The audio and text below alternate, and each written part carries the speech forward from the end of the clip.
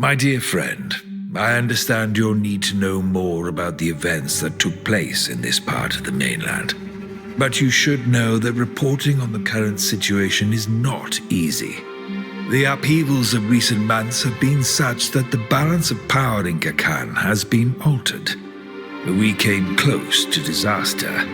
General Kurnaz might well have succeeded in creating the empire he dreamed of, if he hadn't been defeated by that party I've already told you of, and if he hadn't committed the folly of antagonizing the coin guard who tracked his forces to the ruins where he had taken refuge. The imperialist movement, whose corruption had reached the highest spheres, seems to have died out with him. However, among the people, many are those who mourn his death. He flattered their nationalistic pride. We'll have to remain highly vigilant with regard to them. If they turn him into a martyr for their cause, we risk a resurgence of their deadly ideology and the rising of a new general. Fortunately, the new Sopharch of Alima, a certain Helise, seems to be both incorruptible and a supporter of a more benevolent alliance. My spies are still looking for Zerrin, who, as I've already told you in my letters, disappeared after the battle.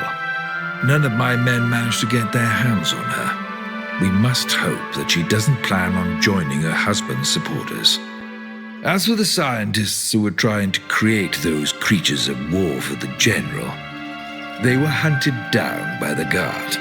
I know you wanted us to catch some of them alive, to put them to work for us. I admit their research could have been useful, despite their ideology, which is resolutely opposed to our own. But I doubt I'll be able to. The superintendent is pursuing them with unexpected rigor. The situation in the Deutan Empire, our main ally in the region, has also been impacted by all these events. The fact that the Alliance temporarily allowed the Empire's troops to intervene on their territory helped to ease some tensions, and it seems that a reconciliation is emerging between these two nations, although we are still far from reaching peace agreements. This allowed the Emperor to concentrate on the civil war that was ravaging his country, and in particular on the elimination of the communist heretics. General Eisenhach, having been convicted of treason, his men fell into line, thus stabilizing the Imperial army. The merchant congregation, which I am watching very closely as you know, has also undergone some changes. The power of the Dorsey seems to be at its peak, the de Vesps having obviously been weakened by a few scandals.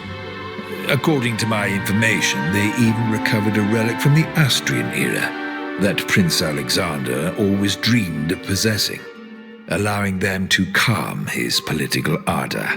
It will become urgent for us to court this family if we want to keep some influence in the region. I know that you have a keen interest in the affairs of the Nauts, so I will say a few words about them here. Admiral Cabral is in Tier 4D, so Admiral Basileus, with whom we have already done business, is in charge of the guild. After the general's stunt forced him to distance himself from the Alliance, I believe he will be quite receptive to our proposals. As you may remember, one of his lieutenants was to furnish us with a map of a new island. But let's get back to the party I mentioned previously, and which so piqued your curiosity. As already mentioned in my letters, I've met the various members on several occasions in recent months. Our agent Fausta introduced them to me. She was our biggest source of information on the events I previously mentioned. As you may remember, I had given her orders to assassinate the general, if the opportunity presented itself. Her failure cost her. She was imprisoned, but, fortunately, was freed by her friends. Having obtained a pardon from the abbot who banished her, I believe that she'll henceforth be able to return to her family with her head held high. Among the members of the party were two Tier 4Dians. One of them is called Nilan. He seems to have become the leader of a kind of community of refugees.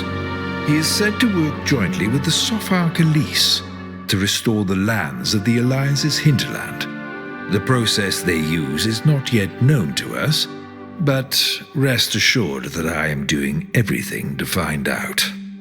I think I have already told you that Prince Alexander's niece, Sybille Quest, was also in the party. This intriguing young woman is a tour de force. She's had her cousin, the sinister Octave de Vespe, who murdered her parents, exiled. I encouraged her to apply for her former position as legate with us in Theleme. However, she has refused for the moment. It seems that she has not yet grown tired of leading an adventurous life. The party also counted the captain of the Constantia, Alvida, the daughter of Admiral Barcelos himself. I know that she has worked to lift the veil on tragic events that took place a long time ago, involving both her parents.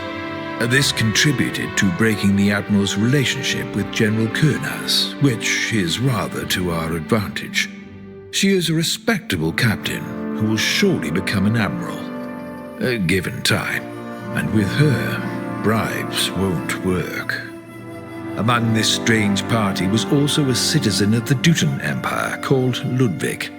It didn't take long for us to discover that he was a smuggler and wanted for various crimes and misdemeanors. General Eisenhach renounced his principles to the point of allying himself with a communist, just to capture him. Having revealed the whole affair, the Emperor forgave him on the condition that he give up his activities, which he did, to our knowledge. He still travels, but now legally. You may remember that there was also a member of the Coin Guard among them, a certain Till who had been close to General Kurnaz. He is said to have resumed his position as captain, but the rumors don't shed a good light upon him. He is said to have turned to alcohol. Finally, there was this woman of a certain age, Safia, a cartographer from the Bridge Alliance. She returned to Xantis, where she's said to be spending most of her time in the library. I wouldn't be surprised if she became a Naut. Finally, of course, there remains the one who was the soul of the party, the other Vriden, who some called Vriden Gerr, thanks to whom the Vriden escaped a smallpox epidemic orchestrated by Kurnaz that would have had catastrophic consequences, and who, of course, led the final assault on the general in the catacombs. She was reportedly seen in the Keldarg region with her soulmate Nilan. She was acting as sage for the party of refugees there. But don't worry, I make sure to always keep an eye on her. Someone whose acts have had such an impact won't disappear into nothingness. There you have it. I think that I have summarized the fallout from the events that you asked about. Unfortunately, I can't answer your questions about the situation on Tier 4D yet. I am still waiting for a report from my agents there. All I know to date is that several highly placed people from the congregation are involved.